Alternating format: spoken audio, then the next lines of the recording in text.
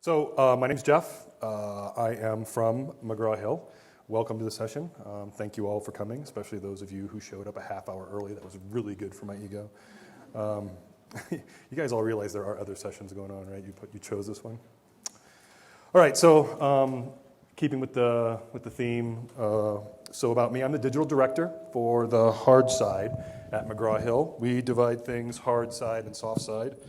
Hard side, science, engineering, math, accounting, economics, most things good in the world. The soft side, humanities, social sciences, literature, Paciulio, Grateful Dead music, that sort of thing. And then together I work with my counterpart on the soft side, and we work on managing the roadmap for our major technology products. Most prominently Connect, but this also has a huge overlap, obviously, with what we do with our LMS partners. So I'm business product owner for LMS, and then one fact about me is I'm a fantastic hairstylist. I can do a braid, a solid tight braid with my eyes closed. I can do a 3-strand braid, 5-strand braid. I can do a fishtail braid, while all 3 of my daughters are crying in the car. I can do a sloppy bun. I can do a tight bun. Joys of fatherhood.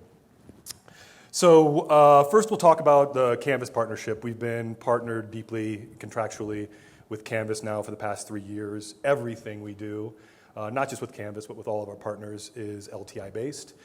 We are a huge proponent of open standards. Even the way our own internal technologies communicate are via open standards. So our internal components communicate largely with API, with LTI. We communicate, I'll show you a little bit later, we get into the analytics section. We use Caliper to communicate internally now, our own analytics data. Internal to us, and we're going to be facing those outward as we go forward. But we firmly believe in open standards, and as we go forward, as we transition from what we were to what we're going to be, we are going to be making those available to anybody and everybody who would like to tap into those. So we basically have 3 products in the higher ed space that we integrate with Canvas. SimNet is a CIS product. ALEX is a developmental math product, also for use in chemistry and accounting. But primarily, we're most well known for Connect. It is our single platform course management system. We have probably 250 different course areas inside of Connect. You'll get a little glimpse of the platform. Maybe you guys have seen it already. But it is the same for anatomy as it is for zoology. It's the same for accounting as it is for philosophy. It's a single platform that when we implement broadly, you really only need to be trained once. It works and operates the same way no matter what discipline it's being used in. And it makes it a lot easier for us to do integrations. So when we do LMS integrations, we adopt a standard, and that standard applies universally across all the course areas in which I assume you're instructors, or if you're instructors, when you adopt a McGraw-Hill product, they all communicate the same way, all work the same way, all share the same interface. We have literally tens of thousands of students working through our Canvas integration every day. Oh, I'd like to introduce my friend Jeff Collins here. He heads our implementations group, so as questions come in, I can talk more about roadmap, but when it gets down to actual implementations that we do for our customers, custom work and services, and some of the deeper, darker corners of the implementations, I have Jeff here to help with some of those questions. So we have hundreds of Canvas installations. Actually, it's really just about 200. So we're like 198 or something like that. And the goal recently, we've just sort of reorganized as a company, and we have created 3 dedicated teams to LMS.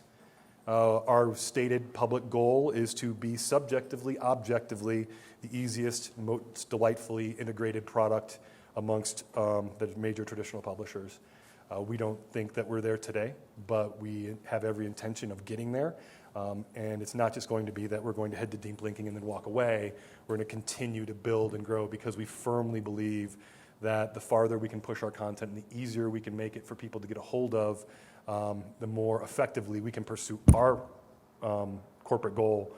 And our corporate goal is singular, and that is improving student performance. So having said that, I want to talk a little bit about some of the buzzwords that I lodged into the description of the session. So first we're going to talk about what we're doing with Adaptive. So just a couple things about adaptive. What you're about to see is our most evolved, scaled approach to adaptive. We've had adaptive products that have scaled across the enterprise for now about 5 years. And so we've literally had billions and billions of traced interactions from students. We know a lot about most students inside our major course areas. And what we've come to understand about where we need to be with adaptive right now is adaptive is a technology that a lot of people have trouble wrapping their brains around how it's going to fit in a traditional course. It's not necessarily an assessment. Oh, sorry about that. This may be tricky. Sorry. Give me 1 second here. How is that? Not quite. There you go. Better? Sort of. No. All right. So what I'm going to show you is what we call SmartBook.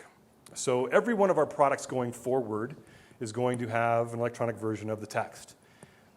Traditionally, we've distributed an electronic version of the text that we would describe as flat. Highlighting, note-taking, embedded media, this sort of thing, the only type of things that your A students are going to engage in, but they were A students coming in, so why do we build it for them anyway? What we find is that we can really attack the B and C students if we offer them a proposition around the reading experience that is around efficiency with their time and the use of the textbook. We understand the use of the textbook is not what we'd like it to be. Most students really don't read the book. They skim, they think they study, they don't really study. And so what we've done is we've combined our adaptive technologies with the textbook to create an adaptive reading experience, and let me show you what that means practically. So this is the table of contents for Johnson 80, the chemistry, this is a biology book, it's Chemistry of Life. The way I would start this experience, let me expand this out, and I'm showing you our student interface. The student interface for Connect is responsive down to the tablet. Oh, sorry, thanks. I have a presentation of you ready for. So first what we would do is we know that students will generally skim the chapter. They'll scope out the activities they need to do. They'll take a look in a broad sense of just how much work I've got in front of me. Then we want them to read, and this is the reading experience for them. This is completely reflowed text, all rendered in HTML5, HTML non-compiled version, not a PDF. And you'll notice here that the text is actually highlighted for the student when they come in. Now, I'll explain a little bit more about this highlighting as we go forward, but this is the reading experience. It's very much an ebook, and the ebook does support all the traditional things that you would normally see in an ebook, embedded media, note-taking, highlighting, this sort of thing. But what's different is after a while doing the reading experience, the product, if we had enough time, would prompt me to go to the practice experience. And if you guys were at the keynote this morning, there's an interesting parallel here. When we probe students around the content of the book, we don't first ask them for an answer. We ask them for a confidence interval around their answer. How confident are you that you know the answer to this question? So I'm going to say, think so, got it right. Confident here. Now you'll notice, I've been in here a little bit already, but this is starting to pulsate. It's going to keep doing things that makes itself, the read experience makes itself a little bit more obvious to the end user.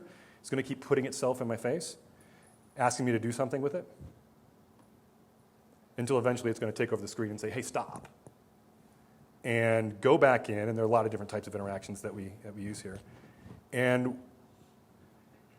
you won't notice a huge change, but what it will have done is once it recognizes weakness, it changes the highlights in the text. So as it detects a student's weakness on a particular learning objective, it's going to highlight the appropriate portion of the text. Now, when I came in here the first time, it was already pre-highlighted for me, and that's because we've had millions and millions of data points already logged into the system that give us a pretty good idea of what the average freshman biology student is going to struggle with from the outset. But as we start learning more about the individual, the highlights will refine, and they'll keep getting more accurate and more accurate. When we make these products, what we do is we highlight a section of the text, and then once we highlight the section of the text, A little box comes up and asks the person who's working in the system to define a learning objective for that, give it a Bloom's level, our definition of Bloom's level, and then based on that Bloom's level, it requires that a certain number and type of probes are written for it. And then the system combines that with the text, and then over time, this is how the text adapts to the student. And then beyond that, as the student keeps working with things, the text keeps adapting to the student, making their learning really efficient, moving them right along if they know something, drawing their attention to something that they don't know or need to practice on. And if the student goes away for a while, they master it, let's say they master it. They walk away from the system for a while. We also build into the system a generic understanding of what a typical student is likely to forget and when they're likely to forget it. And we can then offer them the opportunity to recharge. We call it recharge. So I haven't finished the assignment yet, so there's no opportunity for me to recharge. But in a normal situation, had I been working regularly inside the product, it would be giving me more learning objectives to recharge on until I proved to the system that it was logged into my memory and I was storing it effectively. And by getting it back, it's refining its understanding of how often I forget something and how quickly I can get it back. And so there's a universal model that we base that's generic to all the students that we have out there. And then there's a more specific model to all of the students that we understand that have used this particular text. And then it gets even more specific as the student continues to interact with it. So I just want to, so that's what we're going to be doing from now on. When you see an electronic version of the text in a McGraw-Hill product, this is going to be that text. As a traditional publisher, when we put out a book, it was very much a one-way communication with a student, but now we have a two-way communication with the student. And with the use of Caliper, we can track a lot about that student. We can understand a lot about who they are and what they do and why they do it, and then make learning as efficient as possible for them, because they're nothing if not fiendishly efficient about their learning, sometimes to their own detriment, right? So that is our approach to adaptive, and it scales, again, across 250 different courses. So if you're thinking about professional development, faculty development, when folks adopt Connect, again, everything from accounting to zoology, there's a smart book for it, and it always works the same. Any questions before I move on to sort of analytics? Yeah. So you said you're using Caliper to kind of... Whoa, whoa, whoa. My wife is from Ohio State. You should probably leave the room. So you mentioned using Caliper within your product to kind of Sure. inform the two-way communication. Are you also allowing your partners who are using your products to leverage the Caliper, maybe inform like faculty or instructors, kind of where my student's struggling and where can I do things in real time or face-to-face supplement that as well? Yeah, those of us who are creepily observing Caliper know that's pretty new, right? So we've approached everybody, including Canvas, saying that we've got this. We're tracking 12 discrete Caliper events right now, and we're in deep talks with them about how best to leverage that. So as the Caliper standard becomes more adopted by LMS providers and other folks, we'll make that available. Your mechanism for highlighting text, is that based initially on expert input, or is that based on some algorithm based on student interactions? It starts off with the author themselves. Can you repeat the question? Oh, sorry. I promised I would not do that. The question was, how do we generate the initial highlights? Who does that? And what we try and do is use the actual author. So in this case, it would be Johnson. So that way, there's a very tight synchronization there. When that's not possible, sometimes we have authors who just don't care, don't want to be involved with it, they just want the royalty check. We go out and we get subject matter experts that have to go through a pretty severe vetting process. And they do the highlighting, so that's how we get them. Any other questions? I guess it's a follow-up Sure, question. sure. So, is the adaptive highlighting based on just the individual students' interaction with that, or is it based on a subset of their peers? It starts out with their peers. That's before we know anything about them. So it starts out with that. And then as we learn about them, it becomes about them. And are peers local to an institution or a program? Or We do not chop them finely. It could be a student at the poorest community college in southern Mississippi. It could be the most well-heeled private school student at, Swofford. So we put them all in the same pool. We don't cut them finely like that. Okay, I'm going to jump over and just talk about specifically what we offer in terms of analytics. So again, I'm going to be talking about scaled implementations. This is not for this product, but not that product. This is for every single McGraw-Hill product. And then we're going to talk about instructor insights. It seems like everybody's calling their analytics pack insights, but this is our insights. And this is what Connect looks like for those of you who haven't seen it. It's a course management system, delivers an assessment experience. And I'll just point it out here too, that adaptive experience that I showed you is assignable for points.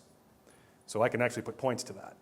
And what's really nice about that is when students do it, it's not like every question, they're like, damn, I missed it. I lost the points. I have to cheat on the next one. If they keep working and keep working and keep working, if they get to 100% mastery, you earn all the points. And so it's a very, very nice place to be for students. It isn't so high stakes. And you can assign it for points because students will do that, which yields points and very little else. So you can it's an assignable adaptive experience. So having said that, let's talk about Insight. Again, Insight, everything you're seeing here is us communicating with us internally via Caliper Standard. At the very top level, we kind of divide things by score and time. So you get 4 quadrants here. You've got people who have scored high, low time spent. You can read what's going on here. Now that gives me a certain level of understanding about what's going on in my course, but I can dive a little deeper. And then I can see how my students are doing. And every good insight for us starts with a question. And so when we think about rolling out a new insight, we spend a considerable amount of time forming the proper question. And so the question here is, how are my students doing? And so this is a pretty large plot of just all the students in this particular course. And I can look around and see where they divide. I could actually move this bar if I wanted to suggest a different level of points where I want it to be drawn. I could flatten the score. I could flatten the time spent. And then, if I want, I could take a look at this individual student, and they'll show me in detail what went on with that particular student, and then I could see the assignments that they took. So now I'm looking at Martin Cruz himself. I can say, oh, okay, you spent a lot of time and scored very low here maybe. Spent 9 minutes, and let's see what topics you were dealing with there. So we have our own standard for topic and learning objective inside of McGraw-Hill. So all of our analytics packages come ready-made with that. There is no standard for learning objective or topic out there as far as it relates to content that we can latch onto, so we have our own there.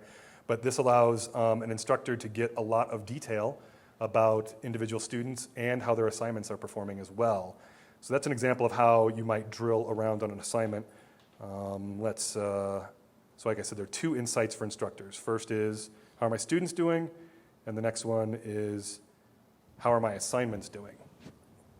So I could actually look at a distribution of all my assignments. In the analytics package, circles are people, squares are assignments. Question about, because you said... Not yet. I did not open the floor to questions. I will now open the floor to questions.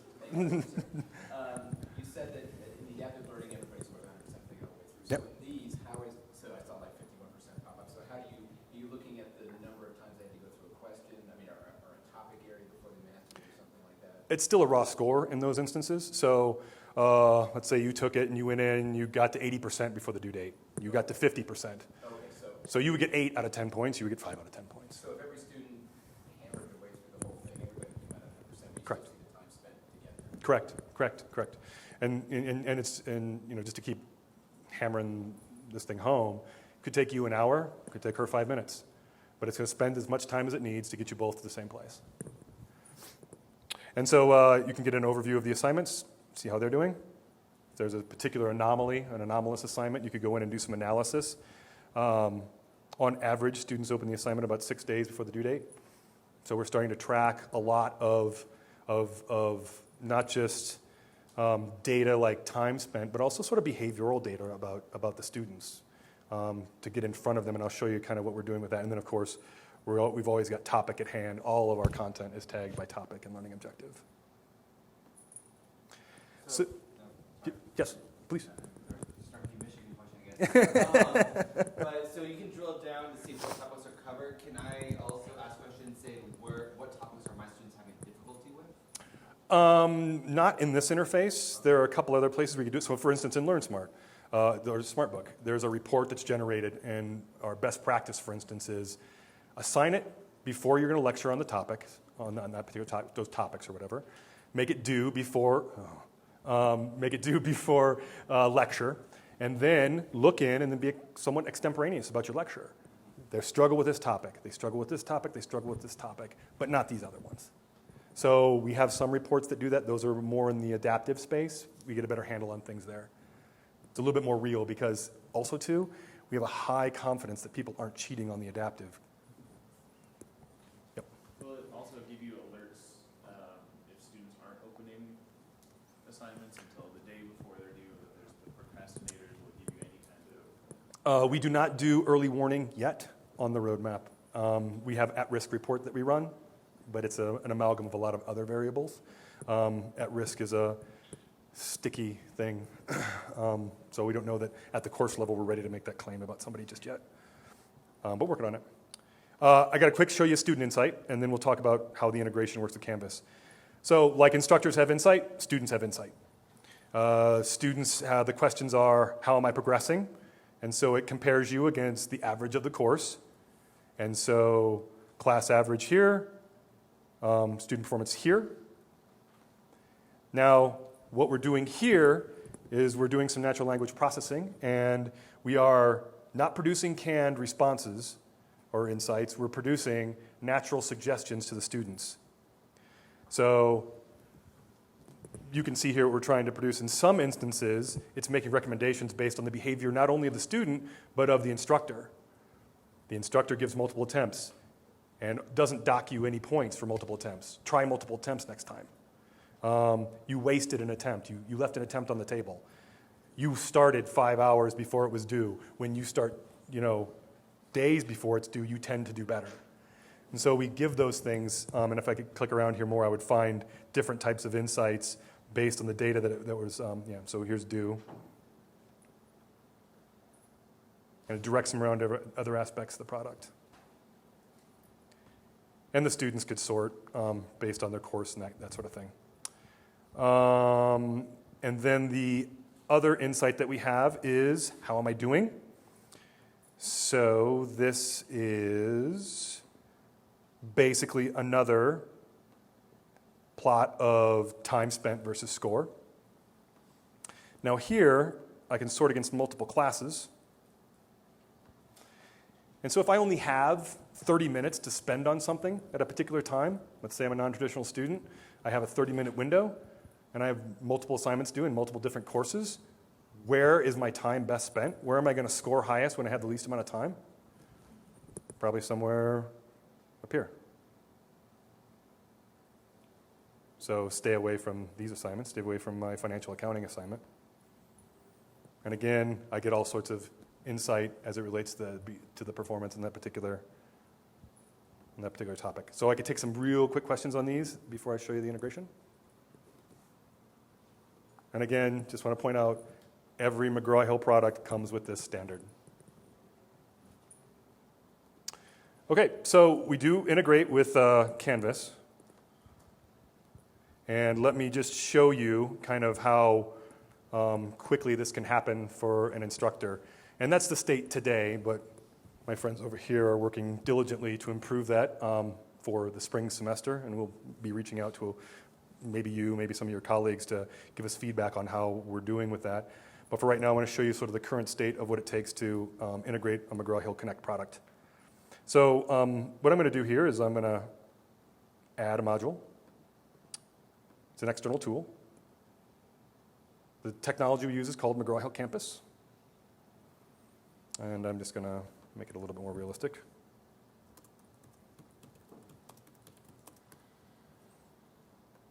We ask that people load in a new tab. A lot of the content that we produce does not fit nicely inside of the iframe we're provided. So we like to launch in a separate tab. So then when I actually try and execute here, this is my first time through.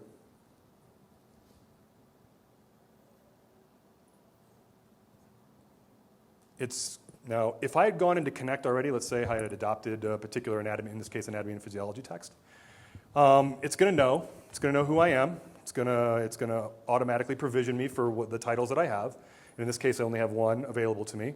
This is a anatomy and physiology course. And maybe I went and I already created the assignments in Connect. And so I am going to pair with one of my existing. And this is one I've already created. And voila. It's as easy as that. And so here you can see I've got regular sort of formative assessment items, as well as my LearnSmart/SmartBook assignments in here as well. And now if I go back to my module, it behaves like any other module inside of, I don't think I published it yet. And that's how pairing works for us, and grade syncs. So students go in, they will see this in the module, follow the link, do the homework in Connect, grades sync back to the grade book. There are grade columns automatically made inside of Canvas. It's pretty straightforward. It's not as great as we would like it to be. Canvas keeps releasing great new entrees into their system, particularly LTI-based. And as those come, and as we find the time and the space, we'll be taking advantage of those. So we got a little bit of time for questions. Yeah. Down at the end, first timer. Do you sync any of the analytics data back to Canvas so you can view it in Canvas? Yeah, not right away. So just to sort of reiterate, do we sync data back to Canvas, any of our caliper data back to Canvas? Not yet. We've actually talked to them about it. We've started those conversations about a month ago, and that's pretty much when the caliper standard was sort of made official. We have a little inside track on that. It's definitely a roadmap item for us. So for now, just the gradebook data. Yep. Yeah. So on the gradebook data then, so obviously the gradebook syncs, it's showing up as assignments, is that right? Yeah, it does generate an assignment, and go ahead. Does it generate a due date from the due date you assign in McGraw-Hill? Or no? The due date in our product is the one that you really want to look at. So if there's a due date on the Canvas side of things, it's sort of esoteric or not really used. Okay. It's the due date in our system that drives all the behavior. Okay, so on the student side, sort of from within Canvas, although they see there's an assignment, they won't see the due date from the Canvas side, at least unless you modify it. Yeah, we have fields for sending that back, but our products vary a little bit in whether or not they send that initial due date or not. Okay. No. It's an optional field in our integration for our products and services. Any other questions about anything you've seen?